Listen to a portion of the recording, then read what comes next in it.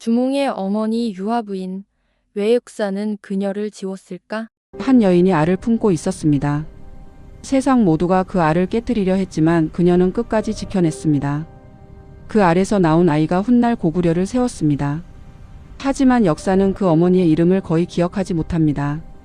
오늘은 고구려 건국 신화에서 가장 중요하지만 가장 조용했던 여인, 유화 부인의 이야기를 들려드리겠습니다. 이 영상이 마음에 드신다면 지금 바로 구독과 좋아요 버튼을 눌러주세요. 여러분의 작은 클릭 하나가 더 좋은 콘텐츠를 만드는 큰 힘이 됩니다. 알림 설정까지 해두시면 새로운 역사 이야기를 가장 먼저 만나보실 수 있습니다. 유화는 하백의 딸로 태어났습니다. 강의 신이라 불리던 하백의 혈통을 이어받은 그녀는 아름답고 품이 있는 여인으로 자랐습니다.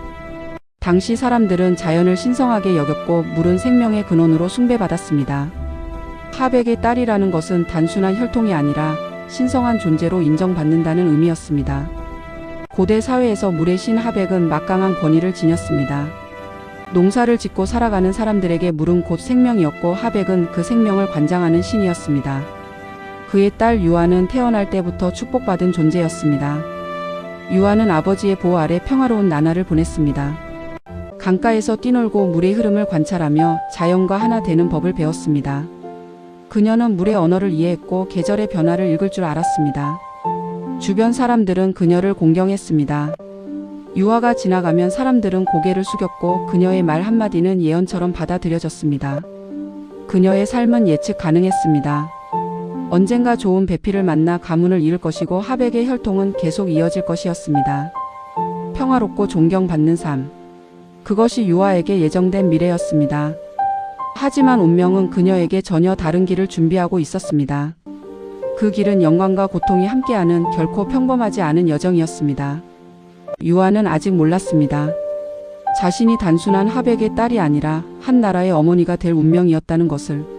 어느 날 유화는 하늘에서 내려온 한 남자를 만났습니다. 그의 이름은 해모수. 스스로를 천재의 아들이라 칭하는 그는 찬란한 빛을 발하는 존재였습니다. 전설에 따르면 해모수는 오룡거라는 5마리 용이 끄는 수레를 타고 하늘에서 내려왔다고 합니다. 그는 하늘신의 아들답게 위엄이 있었고 그 누구도 감히 그를 거역할 수 없었습니다. 두 사람의 만남은 운명처럼 느껴졌습니다. 하늘의 아들과 물의 딸. 서로 다른 세계에서 온 두 존재가 하나로 만나는 순간이었습니다. 하늘과 땅, 빛과 물이 만나 새로운 생명을 잉태할 조짐이었습니다. 해모수는 유화에게 사랑을 속삭였고 유화는 그 말을 믿었습니다. 그는 그녀에게 함께 하늘나라로 가자고 약속했습니다. 유화는 처음으로 자신만을 위한 사랑을 경험했습니다. 짧지만 강렬했던 그 시간 동안 유화는 인생에서 가장 행복한 순간을 경험했습니다. 하백의 딸이 아니라 한 사람의 여인으로서 사랑받는 기쁨을 알았습니다. 하지만 해모수는 약속을 지키지 않았습니다. 그는 홀연히 사라졌고 유화는 혼자 남겨졌습니다. 그것도 그의 아이를 품은 채로. 하늘로 돌아간 해모수는 다시 돌아오지 않았습니다. 세상은 그녀를 손가락질했습니다. 신성한 혈통을 지닌 하백의 딸이 정체 모를 남자의 아이를 임신했다는 소문이 퍼졌습니다. 사람들은 그녀가 거짓말을 하고 있다고 생각했습니다. 하늘에서 내려온 남자? 그런 게 어디 있느냐? 아버지 하백마저 분노했습니다. 딸의 말을 믿지 않았던 하백은 유화를 가문의 수치라 여겼습니다. 결국 유화는 집에서 쫓겨나듯 떠나야 했습니다. 그녀를 보호해주던 모든 것이 한순간에 사라졌습니다. 이것이 유화의 진짜 시련의 시작이었습니다. 신의 딸에서 버림받은 여인으로. 그녀의 추락은 가혹했습니다. 쫓겨난 유화는 우발수 근처를 떠돌다가 부여의 금화왕에게 발견되었습니다. 금화왕은 그녀의 사연을 듣고 궁으로 데려갔지만 그것이 순수한 자비심 때문만은 아니었습니다. 일설에는 금화왕이 유화의 신비한 혈통에 관심을 가졌다고도 하고 또 다른 이야기로는 그녀가 낳을 아이의 능력을 이용하려 했다고도 합니다. 어쨌든 유화는 금화왕의 궁에 머물게 되었습니다. 유화는 금화왕의 궁에서 살게 되었지만 그녀의 지위는 매우 애매했습니다.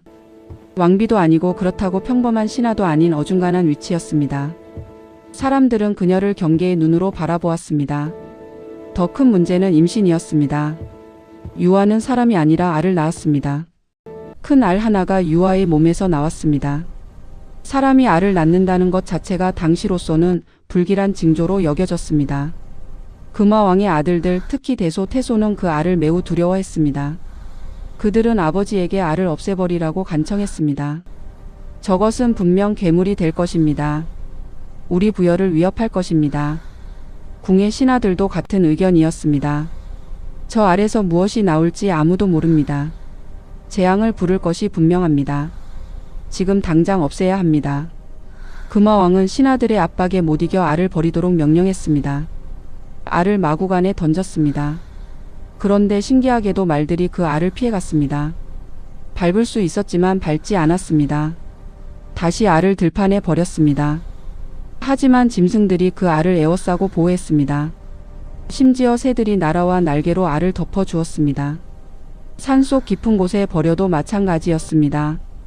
자연이 그 알을 거부하지 않았습니다. 오히려 보호하는 것 같았습니다. 마치 하늘과 땅이 그 알의 편인 듯 했습니다. 유아는 그 모든 시련 속에서도 알을 지켜냈습니다.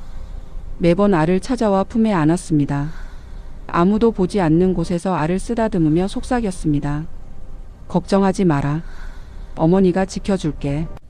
세상 모두가 적이 되었을 때 오직 어머니만이 아이의 편이었습니다. 유아는 침묵했지만 그 침묵은 어떤 외침보다 강했습니다.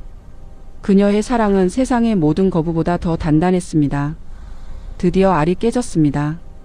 그 안에서 건강하고 튼튼한 사내 아이가 나왔습니다. 아이의 이름은 주몽이었습니다. 유아는 이 아이가 평범하게 자랄 수 없다는 것을 처음부터 알고 있었습니다. 주몽은 태어날 때부터 달랐습니다. 보통 아이들보다 빨리 걷고 빨리 말했습니다. 특히 그의 눈빛은 범상치 않았습니다. 마치 무언가를 꿰뚫어 보는 듯한 눈빛이었습니다. 유아는 아이에게 생존의 방법을 가르쳤습니다. 이 궁에서 살아남으려면 강해져야 한다는 것을 알았기 때문입니다. 말을 다루는 법, 활을 쏘는 법, 사람을 읽는 법, 무엇보다 마음을 강하게 지키는 법을 알려주었습니다. 주몽아, 세상은 내게 호의적이지 않을 것이다. 사람들은 너를 두려워할 것이고 그 두려움은 미움으로 변할 것이다. 하지만 너는 특별한 아이란다. 하늘의 피와 물의 피가 흐르는 내가 두려워할 것은 아무것도 없다. 유아는 주몽이 자신의 운명을 받아들이도록 도왔습니다. 그녀는 아들에게 두려움이 아니라 용기를, 원망이 아니라 희망을 심어주었습니다. 너는 알에서 태어났다. 그것은 수치가 아니라 신성함의 표시란다. 주몽은 금화왕의 아들들로부터 끊임없이 괴롭힘을 당했습니다. 대소와 태소는 주몽의 뛰어난 활솜씨를 시샘했고 그가 사냥해서 자신들보다 많은 짐승을 잡으면 화를 냈습니다. 그들은 주몽을 제거하려 했습니다. 어머니, 왜 형님들은 저를 미워하나요? 어린 주몽이 물었을 때 유아는 이렇게 답했습니다. 너무 밝은 빛은 다른 사람들의 어둠을 드러내기 때문이란다. 유아는 아들이 당하는 고통을 지켜보며 피눈물을 흘렸을 것입니다. 하지만 그녀는 아들 앞에서 결코 약한 모습을 보이지 않았습니다. 어머니의 눈물은 아들의 용기를 꺾을 수 있기 때문입니다. 밤마다 유아는 주몽에게 말의 언어를 가르쳤습니다. 언젠가 너는 이곳을 떠나야 할 것이다. 그때 말이 너의 날개가 될 것이다. 유아는 미래를 준비하고 있었습니다. 주몽이 성장할수록 상황은 점점 위험해졌습니다. 그의 능력이 뛰어날수록 대소와 태소의 질투와 적개심도 커졌습니다. 금화왕의 아들들은 본격적으로 주몽을 죽이려 했고 많은 신하들도 이를 부추겼습니다. 저자를 그냥 두면 안 됩니다. 언젠가 우리 부여를 위협할 것입니다. 신하들의 목소리는 날로 커졌고 금화왕도 흔들리기 시작했습니다. 주몽 역시 자신의 목숨이 위태롭다는 것을 느꼈습니다. 어느 날 밤 주몽은 어머니 유아를 찾아왔습니다. 어머니, 저는 어떻게 해야 하나요? 유아는 이미 결단을 내린 상태였습니다. 가슴이 찢어지는 아픔이었지만 아들을 살리기 위한 유일한 방법이었습니다. 아들을 떠나보내야 한다고. 이곳에 남아있으면 주몽은 죽임을 당할 것이었습니다. 주몽아, 이제 너는 내 길을 가야 한다. 여기는 내가 머물 곳이 아니다. 이곳에서 너는 금화왕의 아들로만 살 수 있을 뿐 내 자신이 될 수 없다. 주몽은 어머니와 헤어지기 싫었습니다. 이 세상에서 자신의 편은 오직 어머니뿐이었습니다. 어머니, 함께 가시죠. 저 혼자 어떻게 갑니까? 하지만 유아는 단호했습니다. 나는 갈 수 없다. 내가 함께 가면 그들이 너를 끝까지 쫓아올 것이다. 나는 여기 남아 그들의 눈을 막아야 한다. 어머니의 사랑은 때로 아들을 떠나보내는 것이기도 했습니다. 유아는 주몽에게 보리 씨앗을 주었습니다. 그것은 단순한 곡식이 아니라 새로운 시작을 의미하는 상징이었습니다. 이것을 심고 거두며 새로운 나라를 세우거라. 너는 왕이 될 아이다. 또한 유아는 주몽에게 좋은 말을 고르는 법을 알려주었습니다. 궁의 말 중에서 가장 빠른 말을 찾되 그들이 알아채지 못하게 해야 한다. 말의 혀 밑을 바늘로 찔러 먹이를 제대로 먹지 못하게 하라. 그러면 사람들이 그 말을 약한 말로 여길 것이다. 주몽이 떠나던 날 유아는 눈물을 보이지 않았습니다. 대신 아들의 등을 바라보며 마음속으로 수없이 기도했을 것입니다. 부디 무사하길. 부디 내 뜻을 이루길. 그리고 언젠가 어머니를 데리러 오길. 이별은 고통이었지만 유아는 이것이 아들을 살리는 유일한 방법임을 알았습니다. 주몽은 몇몇 동료들과 함께 부여를 떠났습니다. 그의 나이 22이었습니다. 주몽이 떠난 후 유아는 완전히 혼자가 되었습니다. 아들이라는 존재 이유를 잃은 그녀의 삶은 공허했습니다. 금화왕의 궁에서 그녀의 입지는 더욱 좁아졌습니다. 주몽이 떠났다는 것은 유아가 더 이상 쓸모가 없어졌다는 의미였습니다. 유아는 매일 남쪽을 바라보았습니다. 아들이 떠난 그 방향을. 주몽이 무사한지 잘 지내는지 끼니는 거르지 않는지 걱정했습니다. 소식은 오지 않았습니다. 유아는 아들의 생사조차 알 수 없었습니다. 그 불확실함은 어머니의 마음을 갉아먹었습니다. 하지만 유아는 믿었습니다. 자신이 키운 아들이라면 반드시 해낼 것이라고. 하늘의 피와 물의 피를 이어받은 그 아이라면 절대 쓰러지지 않을 것이라고. 유아의 기다림은 절망이 아니라 확신이었습니다. 그녀는 알고 있었습니다. 아들이 언젠가 위대한 일을 해낼 것이라는 것을. 마침내 소식이 들려왔습니다. 주몽이 졸본의 나라를 세웠다는 소식이었습니다. 그 나라의 이름은 고구려. 유아는 눈물을 흘렸습니다. 이번에는 슬픔이 아니라 기쁨의 눈물이었습니다. 자신이 지켜낸 알이 자신이 키운 아들이 마침내 왕이 된 것입니다. 주몽은 사신을 보내 어머니를 모셔오려 했습니다. 하지만 금화왕은 이를 허락하지 않았습니다. 유아를 볼모로 삼아 고구려를 견제하려 했던 것입니다. 유아는 아들을 만나지 못한 채 생을 마감했습니다. 하지만 그녀는 행복했습니다. 아들이 왕이 되었다는 것 그것만으로 충분했습니다. 주몽은 어머니의 죽음을 듣고 깊은 슬픔에 잠겼습니다. 그는 어머니를 위해 웅장한 사당을 세웠고 나라의 어머니로 추존했습니다. 유아 부인. 그녀는 왕비도 아니었고 전쟁터에 나가지도 않았습니다. 하지만 그녀 없이는 고구려도 없었습니다. 유아 부인의 이야기는 단순한 신화가 아닙니다. 그것은 모든 어머니의 이야기입니다. 세상이 아이를 부정할 때 끝까지 믿어주는 것. 아이가 위험에 처했을 때 자신을 희생하는 것. 아이의 성공을 위해 이별을 감내하는 것. 이것이 어머니입니다. 유아는 권력을 갖지 못했습니다. 역사서에서 그녀의 기록은 몇 줄에 불과합니다. 하지만 그녀가 낳고 지킨 아들은 천년 왕국의 시작이 되었습니다. 고구려는 주몽이 세웠지만 그 뿌리에는 유아의 사랑이 있었습니다. 보이지 않는 곳에서 묵묵히 지탱해준 어머니의 힘이 있었습니다.